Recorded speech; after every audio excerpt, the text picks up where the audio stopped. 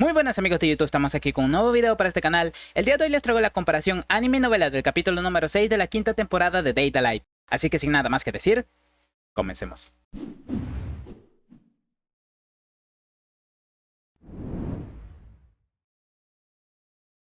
Para comenzar, debo aclarar que el pasado de los magos, igual que como pasó con el pasado de Mio y Shinji, en la novela viene por partes, pero decidieron juntarlo todo en un solo capítulo. En la novela primero se nos presenta el pasado de la aldea y los primeros pasos de la venganza de Westcott y compañía en el volumen 17.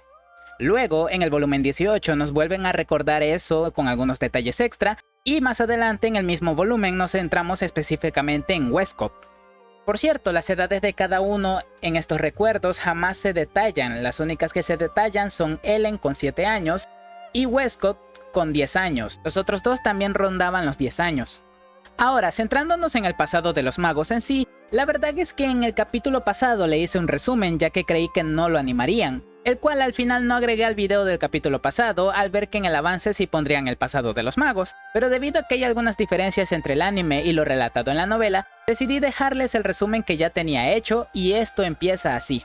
A medida que iba creciendo, Westcott se dio cuenta de que él era diferente a los demás, no solo por tener sangre de hechicero puro y ser excepcional en la magia, sino porque también destacaba en todo lo que hacía, lingüística, aritmética, deportes, pero esto solo lo hizo preguntarse si era posible destacar en todas las cosas. En ese momento, Westcott no se distinguió de los demás, y pensaba que siempre habría alguien que lo pudiera alcanzar si se lo proponía. Pero todo cambió el día en que falleció el perro de la familia. Ese perro ya vivía ahí desde antes de que él naciera. Por supuesto que Westcott se sentía triste, pero aparte de eso había una emoción latente que rivalizaba con la tristeza. Al ver las penas de sus amigos, padres e incluso su propia tristeza, esto podía ser inmoral o inhumano, no se sabía la razón de este sentimiento. Tal vez era un simple defecto de fábrica, pero por eso mismo no dejó que el sentimiento saliera a flote. Él desde siempre fue capaz de manipular sus propias emociones, incluso se acercó a sus padres para pedir un perro nuevo, y ellos aceptaron con alegría. Aunque sus padres pensaron que él solo quería un nuevo amigo, la idea de Westcott era de que algún día lo vería morir. Y así sus días pasaron, con padres estrictos pero amables, maestros respetables y compañeros con los que compartía entusiasmo por la magia. Pero al cumplir los 10 años, su madre falleció de una enfermedad pulmonar, y aunque existía la magia en este mundo, esta no podía resucitar a las personas. Los pobladores estaban tristes e intentaban apoyar al padre de Westcott, quien intentaba contener las lágrimas, y todos asumieron que Westcott se sentía triste también. Y no estaban equivocados. Westcott sentía una pérdida gigantesca en su ser. Esa mujer lo dio a luz y lo crió. Obviamente estaba devastado, y si no se controlaba las lágrimas se saldrían. Pero lo que más se quedó marcado en él fue el sentimiento de placer inmenso mientras veía cómo sepultaban a su madre. Durante esos años, en un jardín de flores en las montañas, estaba una pequeña Ellen de 7 años. Ella hacía esfuerzos inútiles para manifestar su magia. Entonces un pequeño Wookman le dijo que debía tranquilizar su mente, y procedió a enseñarle levantando un dedo, y la magia comenzó a levantarse de las flores y se puso flotando sobre el dedo del chico. La pequeña Ellen empezó a temblar en frustración. En ese momento una voz los llamó, era Westcott, que venía con una pequeña Karen. Westcott preguntó si habían estado en ese lugar todo el tiempo. Wookman contestó que sí, Ellen no podía hacer nada por lo que estaban practicando. Y Ellen se puso a llorar por el comentario, por lo que Wookman se disculpó. Entonces Westcott acarició la cabeza de Ellen y propuso ir al campo de prácticas para ayudarle a Ellen también a practicar. Y también le recordó a Wookman que los profesores les habían prohibido manifestar magia de manera tan visible. Wookman entonces se excusó diciendo de que ningún humano vendría a un lugar tan remoto. Pero Westcott contestó que de todas formas se debía cumplir, recordándole de que en la generación de sus maestros, los magos eran perseguidos por los humanos, ya que sí, los magos existían en ese mundo, a veces llamados chamanes, adivinos o brujos. Aún así, la magia no era como en los cuentos de hadas, sino que era una disciplina que te enseñaba a ver lo que la gente no podía y tocar la esencia básica. Era una disciplina académica para mejorar las propias capacidades humanas. Sin embargo, Wookman no entendía a qué se debía el miedo. Los magos eran superiores, los humanos no les podrían ganar jamás. Pero Westcott dijo de que los humanos le temen a lo que no entienden y ese miedo lleva a cometer locuras. Pero aún así Wookman no lo entendió sino hasta unos meses después. Los cuatro veían a la distancia que su pueblo natal se consumía en las llamas de un incendio, el cual era claro que no fue provocado por un accidente, sino que fue hecho adrede por alguien con todas las intenciones de hacer daño. La gente que lograba escapar de las llamas era asesinado a tiros por hombres armados que esperaban a las afueras. Ellen en desesperación casi grita, pero Wookman la calló. Ellen lloró en silencio empapando la camisa de Wookman y Karen se mordía el labio en impotencia. Solo había un chico que estaba sereno, este era Westcott. Él solo observaba en silencio cómo su pueblo se quemaba. Él no sentía ni miedo ni furia o algún sentimiento de venganza, sino felicidad. Los humanos habían mostrado sus colmillos y era hora de contraatacar. Esto sería algo nuevo. Hasta el momento Westcott solo había sido un espectador. Jamás pensó en hacerle daño a su nuevo perro para sentir la alegría que había sentido antes, pero esta vez le dieron la excusa perfecta para ello. Y aunque Wookman no sabía lo que estaría pensando, ese día sintió una sensación extraña proveniente de Westcott. Entonces Westcott les gritó a los tres que era hora de crear un nuevo mundo, donde solo los magos puedan vivir. Para esto era necesario la creación de un nuevo orden de magos para una rebelión.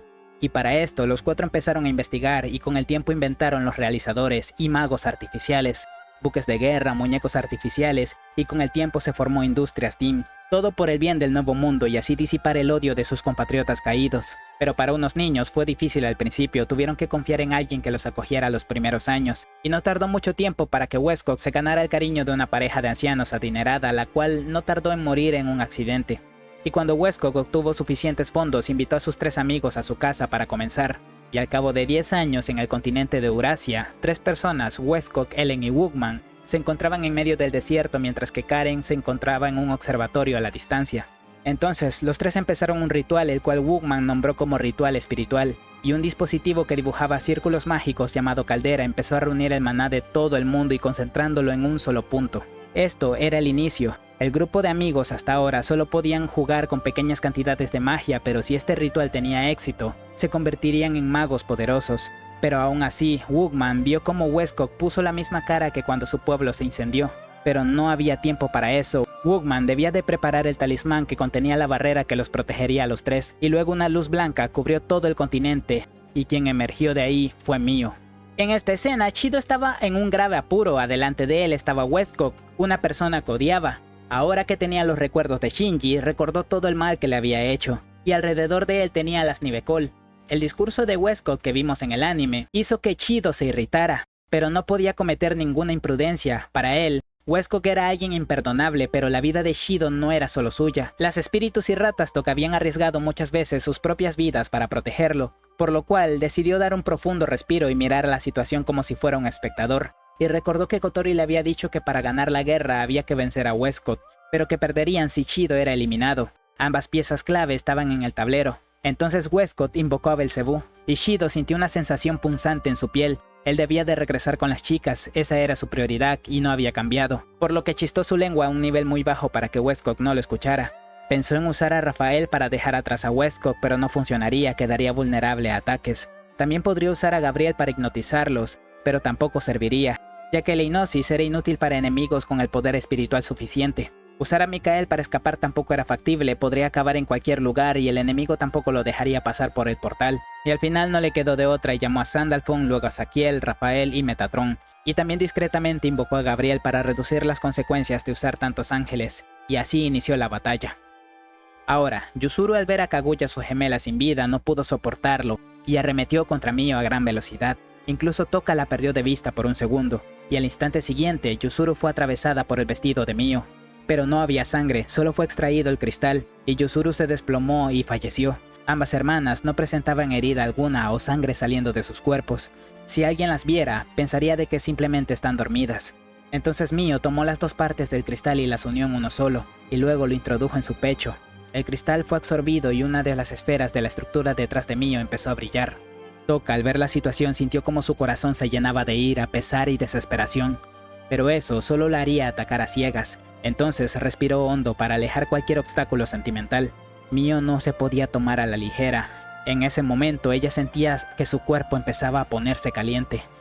Era la sensación de recuperar su poder y manifestar su vestido astral completo. Pero Mio no lo permitiría, y de alguna manera que no se explica, Mio estrechó el puente de poder espiritual que conectaba a Toka con Chido. Mio se disculpó, pero no podía permitir de que el poder de Toka abandonara a Chido, sino luego sería complicado hacer que lo aceptara directamente del cristal, y Mio la atacó con varias bandas de su vestido. Toka intentó cortarlas con Sandalphon, pero estas solo cambiaban de trayectoria para acercarse desde otro ángulo, pero afortunadamente Mokuro la salvó. Por otro lado, cuando Origami se enteró de la muerte de las hermanas Yamai, su expresión no cambió mucho, pero Toka se dio cuenta. La conocía lo suficiente para saber que dentro de Origami había una ira ardiente que no hacía más que aumentar, y el resto de la escena es igual al anime. Cuando Ellen despertó, lo primero que vio fue el cielo azul, con algunas nubes grises de invierno. Seguidamente un dolor la invadió en todo su cuerpo, pero lo redujo con su territorio. Su traje había sido destruido en algunas áreas mostrando su piel. Entonces Ellen recordó. En su batalla contra Wookman en un choque de ataques, el de él fue más fuerte. La frustración casi la hace llorar, de hecho algunas lágrimas se asomaban por sus ojos, y en ese momento se dio cuenta. En algún rincón de su mente, la autoproclamada hechicera más fuerte sentía no ser rival para Wookman, y en una batalla donde se usaban realizadores manipulados por la mente, cualquier duda era fatal. En ese momento apareció Wookman. Su armadura estaba medio destruida y su lanza había perdido su forma original, y su cabello rubio estaba cubierto de sangre y polvo. De hecho, su condición actual no era mejor que la de Ellen, ya que ambos tenían heridas similares, pero era un hecho innegable de que ella perdió ya que él seguía de pie y ella no. Ellen pidió de que Wookman la matara. Él no entendía por qué, pero cuando se lo repitió, él sacó una espada láser que usaba maná como fuente de poder. Wookman la apuntó al pecho de Ellen y ella cerró los ojos. Al momento siguiente escuchó un sonido mecánico y su territorio desapareció, y así el dolor que era suprimido se liberó. Ellen pensó de que era la muerte acercándose, pero pasaron los segundos y ella seguía consciente. Al abrir sus ojos vio que su pecho estaba intacto y el ataque de Wookman atravesó su realizador. Ellen le reclamó a gritos sin importarle el dolor de tener las costillas rotas. Y la discusión que tienen ambos es igual al anime, hasta el momento en que Wookman deja inconsciente a Ellen. Esto lo hizo con su territorio sin tocarla ni acercarse. Y ahí Wookman dejó escapar un suspiro, y dejó caer su lanza Gungnir. Este era un prototipo el cual originalmente no fue pensado para uso individual. Los daños en su cuerpo por usarla se habían hecho presentes, y con los huesos rotos en todo su cuerpo se sentó al lado de Ellen. Si no fuera por su territorio que suprimía el dolor, probablemente no hubiera podido mantenerse de pie tanto tiempo. Pero a pesar de todo, su condición no era diferente a las heridas de Ellen, y entonces admitió de que Ellen se había vuelto muy fuerte, y acariciándole la cabeza pensó que tal vez Wookman siempre fue la razón por la que Ellen se autoproclamaba la más fuerte. No sabía si era por ser un rival al que alcanzar o un enemigo que derrotar. Tal vez era un objetivo que superar. De cualquier forma, Ellen era la más fuerte. Wookman entonces reflexionó. La batalla de ambos fue de una persona dando el 100% de manera perfecta, perdiendo contra una persona que daba el 101% de manera imprudente. Y mientras acariciaba a Ellen, el dolor y la fatiga comenzaban a aumentar. Su cuerpo estaba colapsando por completo por excederse, y se desplomó apoyándose en Ellen. Aunque esta situación estaba prevista, había un sentimiento leve de no querer rendirse, por lo que se disculpó con Karen. Y luego viendo el cielo y la flor de Mio, con su visión borrosa, cerró los ojos mientras decía de que era hermoso.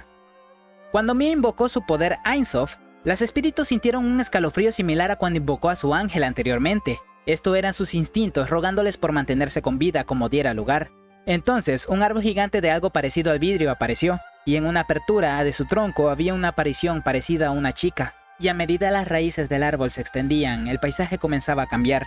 Un mundo monocromático de blanco y negro, con su suelo dividido en cuadrículas como un tablero de ajedrez, y un cielo negro azabache se presentó.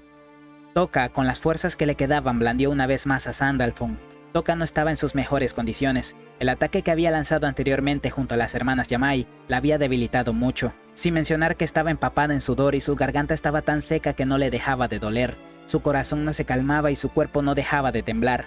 Aunque las otras espíritus no estaban mejor, aunque intentaban concentrarse, no podían ocultar el pánico. Entonces Origami planteó de que este espacio era un territorio. Mio lo confirmó diciendo lo mismo que en el anime, y llamó a ese mundo limítrofe, también conocido como mundo vecino o mundo adyacente según la traducción. Toka ya había escuchado ese nombre antes. Era el mundo de donde todos los espíritus venían antes de aparecer en el mundo. En ese momento Mukuro planeó cerrar ese poder con su ángel Mikael. Era una acción lógica ya que su ángel podía bloquear o desbloquear cualquier cosa, no importaba si era intangible. Pero Toka le gritó de que no lo hiciera, aunque fue casi por instinto, ni siquiera la propia Toka sabía el porqué, y esa fue la sentencia de Mukuro. Mio había establecido la regla de ese mundo que sería imposible atacar a Ainsof, y como se vio en el anime, la llave apareció en su nuca y cerró la vida de Mukuro. Su cuerpo colapsó y su cristal Séfira salió de su espalda. Toka intentó agarrarlo, pero en el último segundo, antes de cerrar sus dedos, el cristal salió disparado hacia Mio, y fue absorbido en su pecho y el corazón de Toka se sintió abrumado. No había opción, debían de retirarse.